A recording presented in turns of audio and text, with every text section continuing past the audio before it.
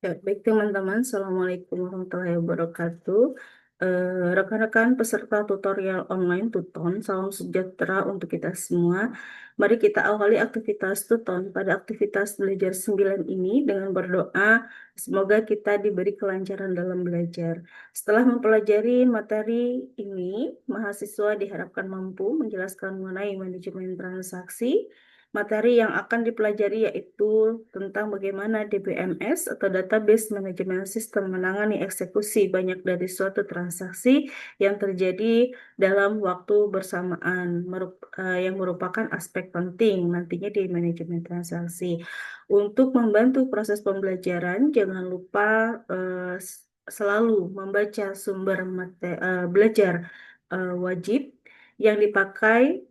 Salah satunya dari bahan pokok materi pokok modul 7 mata kuliah basis data MSI 4 M4206 dan membaca materi inisiasi. Ya, baik teman-teman semuanya, Ibu akan membagikan layar pada materi hari ini, yaitu tentang manajemen transaksi. Baik, teman-teman semuanya, pada aktivitas belajar dari aktivitas 9 ini kita belajar tentang manajemen transaksi ya. Nah, manajemen transaksi ini salah satunya yaitu perangkat lunak ya, di mana bagian dari otomatis ya, otomatisasi dari alur kerja, bagian yang penting dari sebuah industri ya, baik nanti kita misalkan untuk memproses suatu transaksi ya, atau misalkan nanti teman-teman buat suatu atau mendevelop dari bagian misalkan dari e-commerce ya gitu, kemudian keuangan, perhotelan dan bisnis lainnya yang akhirnya tujuan dari pemrograman atau misalkan dari basis data ini adalah bagaimana mengelola dari salah satunya mengolah data atau bagaimana memanajemen suatu database yang akurat ya, dan penguraian suatu data. Nah, secara kritis, perangkat lunak dari manajemen transaksi atau salah satunya kita sebut dengan transaksi ya, gitu. Nah, ini bergantung pada konsep dari otomisitas ya, untuk mendefinisikan transaksi tunggal, bagaimana serangkaian operasi yang harus diselesaikan dan tidak ada yang dianggap selesai, gitu ya. Atau tidak ada yang dianggap selesai itu datanya seperti apa. Nah, dengan kata lain, untuk menjaga konsistensi dari data, sistem manajemen transaksi memastikan bahwa transaksi tidak akan pernah selesai hanya sebagian. Jadi, transaksi itu harus selesai secara menyeluruh, ya. Nah, salah satu kegunaan transaksi adalah untuk menjaga konsistensi data. Nah, selain itu, transaksi juga dapat mengoptimalkan kerja dari sebuah database management system. Nah, salah satu caranya adalah dengan menyisipkan perintah-perintah transaksi pada DBMS ya, gitu. Jadi berkaitan dengan sintak atau misalkan kita pakai SQL ya, atau menggunakan suatu query. Nah, manajemen contohnya, kita ambil sebuah contoh ketika seorang mencoba menarik uang dari ATM. Nah, perangkat lunak dari manajemen transaksi pemrosesan permintaan dan perubahan database yang diperlukan untuk memeriksa saldo rekening ini harusnya mengurangi dari jumlah apa yang diminta, memperbarui catatan dari bank ya, dan mengeluarkan uang yang tunai yang harusnya diambil. Nah, itu kan dari contoh. Nah, semua langkah ini dianggap sebagai satu transaksi baru dan sistem manajemen transaksi memastikan bahwasanya seluruh proses telah selesai untuk mencegah ketidakkonsistenan dari dalam basis data bank dan mempertahankan buku besar yang akurat. Nah, seperti itu ya.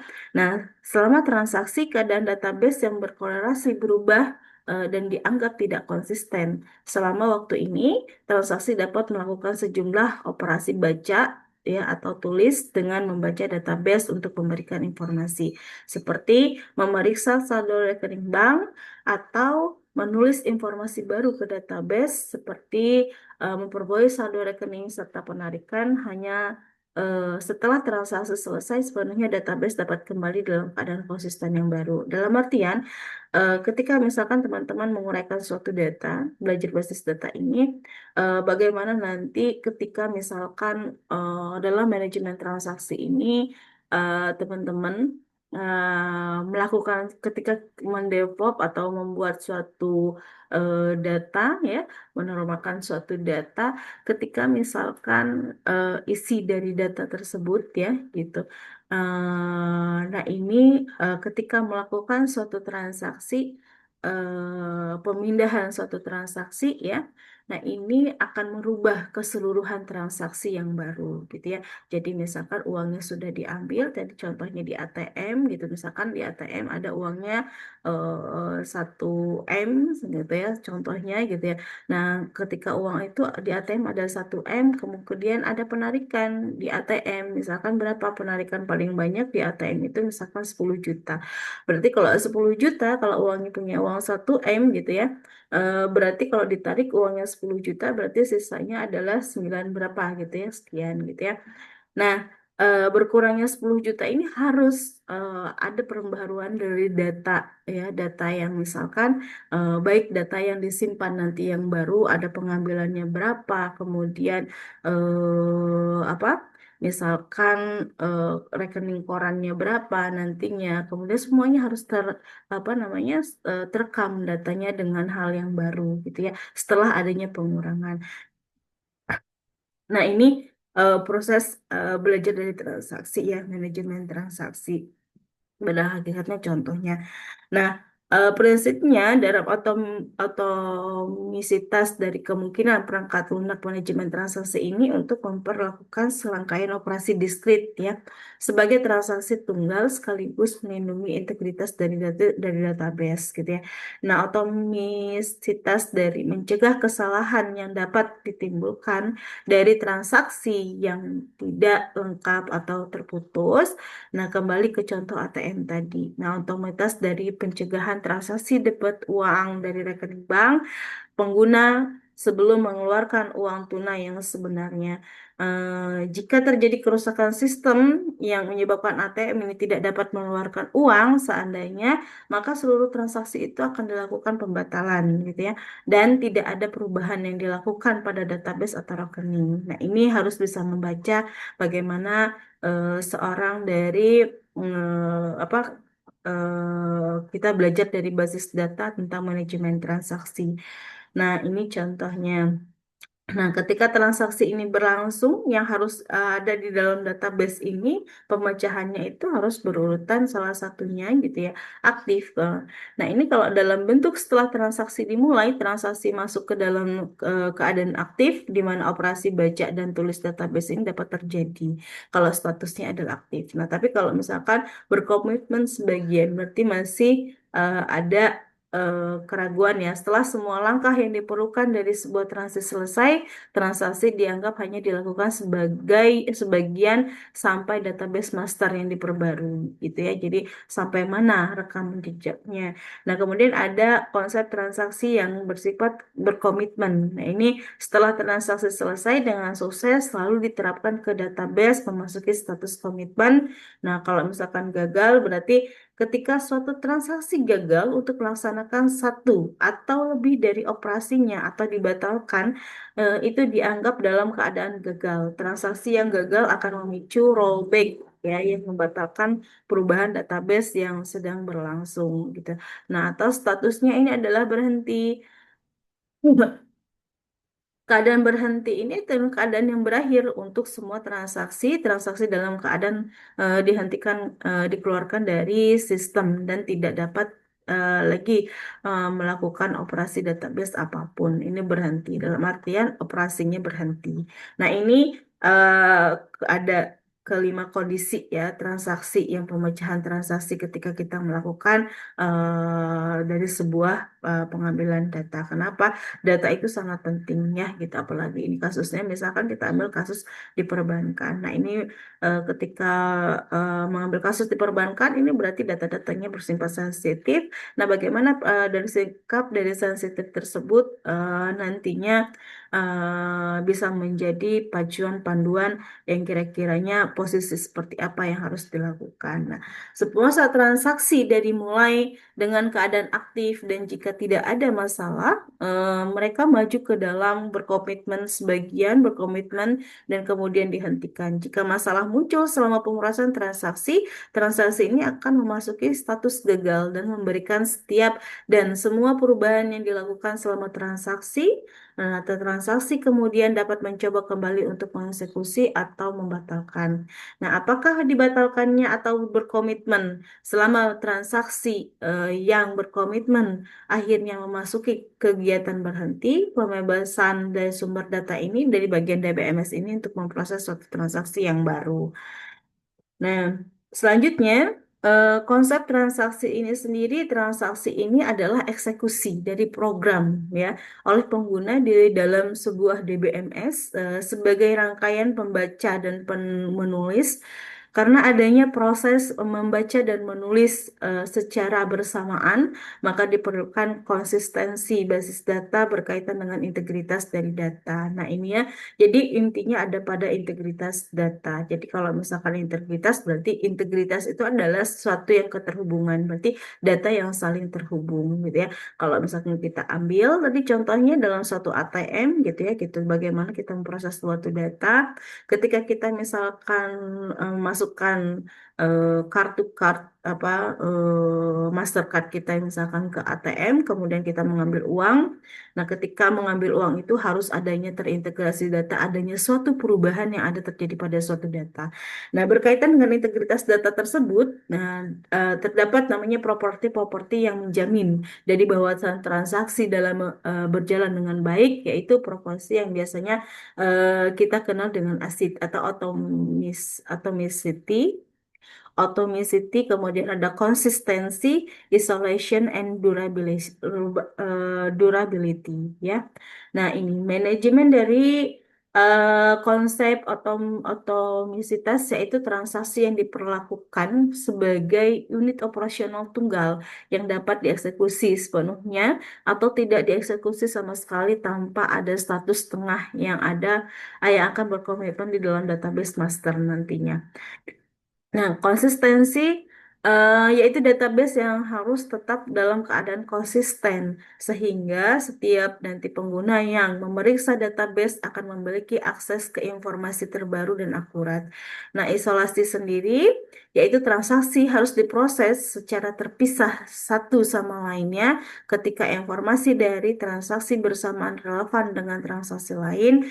Tingkat isolasi transaksi dapat diterapkan untuk memfasilitas eksekusi transaksi yang tepat. Tingkat isolasi umum termasuk baca tanpa komitmen, baca berkomitmen, dibaca ulang, dan dapat diserialkan. Nah, kemudian ada daya tahan. Nah, punya daya tahan dalam sebuah data. Nah, suatu transaksi harus tahan lama dalam arti bahwa semua transaksi yang telah selesai disimpan oleh database management system dan tidak akan hilang jika terjadi suatu kegagalan. Nah, ini bagaimana kita membuat sebuah database yang harus seperti itu, gitu ya. Nah, selanjutnya transaksi merupakan serangkaian proses tindakan ya atau daftar tindakan dalam sebuah basis data. Nah, tindakan tersebut meliputi dari baca, read ya atau menulis write pada sebuah basis data. Nah, itu ya misalkan contoh create dan lain-lain sebagainya ya. Nah, selanjutnya pada teknologi manajemen transaksi sendiri sebagai salah satu aspek dari DBMS ya sistem manajemen transaksi bergantung pada sejumlah teknologi database dan perangkat lunak yang menawarkan berbagai dari tingkat optimasi ya seperti otomatisasi template dan daftar Priska.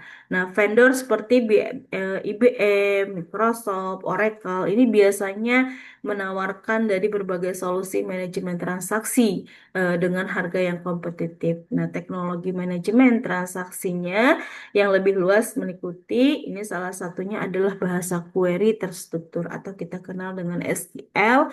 Nah, SQL ini yaitu suatu bahasa pemrograman standar untuk menyimpan dan memproses informasi dalam database relasional. Perintah SQL ini umumnya termasuk ke bagian begin transaction atau commit dan rollback. Nah, Java Transaction API ya gitu.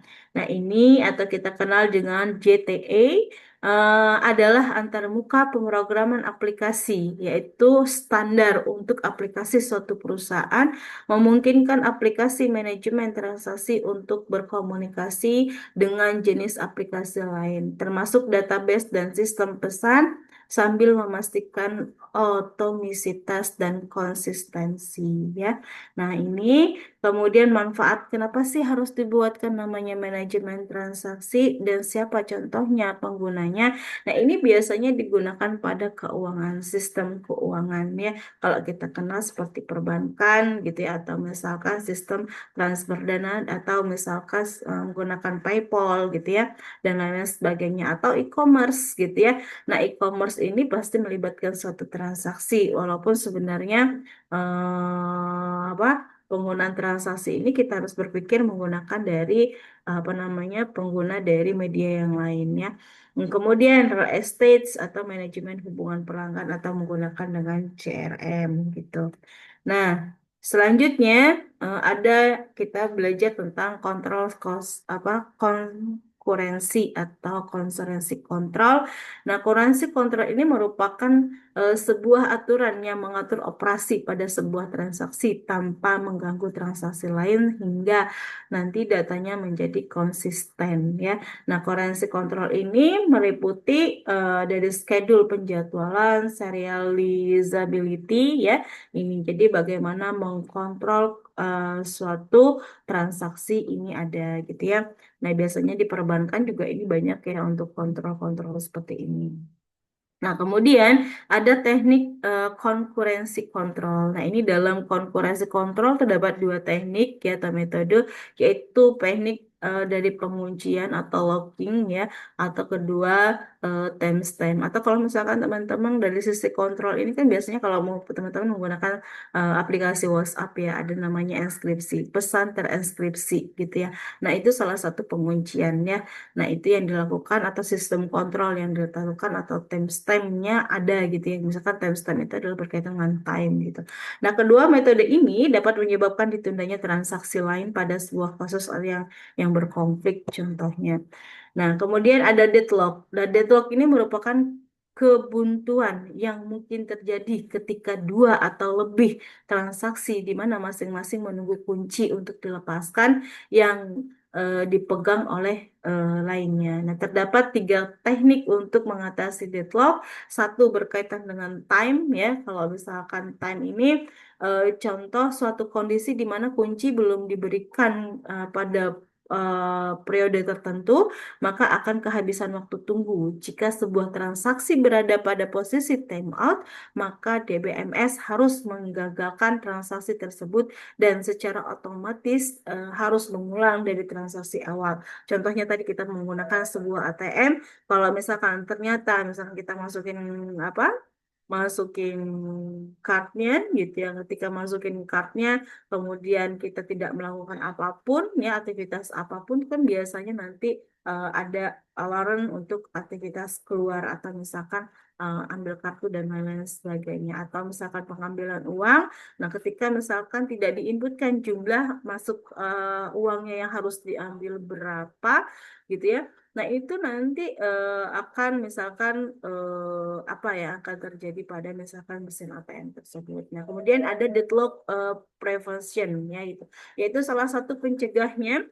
Nah, ini dengan cara transaksi dari timestamp, yaitu transaksi baru harus lebih kecil timeline-nya dibandingkan transaksi lama. Nah, kemudian Jika transaksi baru menginginkan kunci dari transaksi lama, maka eh, timestamp ini transaksi baru harus lebih besar dari transaksi lama.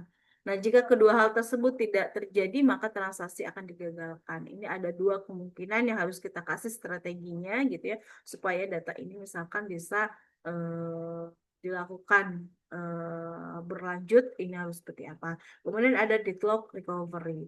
Nah, recovery ini yaitu ketika deadlock terjadi maka harus ada perintah yang dilaksanakan yaitu rollback. Pada transaksi yang mengalami deadlock ini di mana mencari di mana posisi pada transaksi di mana rollback harus dilakukan. Apakah dari awal transaksi atau jika kemungkinan cari posisi paling dekat dengan deadlock.